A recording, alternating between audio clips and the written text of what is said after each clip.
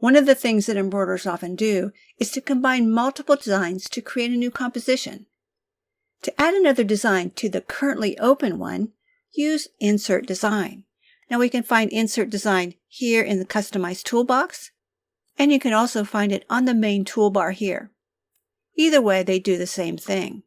So now I need to navigate to the folder where I want to find them, and I'm in the right folder right now. I'm in Stitch-A-Cons and Sewing. So I want to find a pair of scissors, and I think I like those. Click Open, and it pops it right into the middle.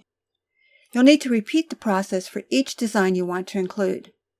If I want to include another one, I'm going to group this one first. I can do that by pressing Ctrl-G on the keyboard or clicking Group up here. And then I can just move it as one unit. And then I can add another one. Click Insert Design. Find something you want to insert. See what that one looks like. How about that one? I think I want this one. I can double click it. There it is. I'll group that. Ctrl-G this time.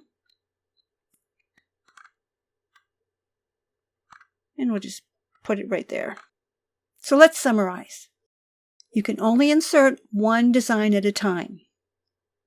This tool works with embroidery designs only, and they can be either HTML or machine files. When you insert designs into Organizer or Personalizer, they are automatically grouped. In Composer or Digitizer, it will depend on your settings.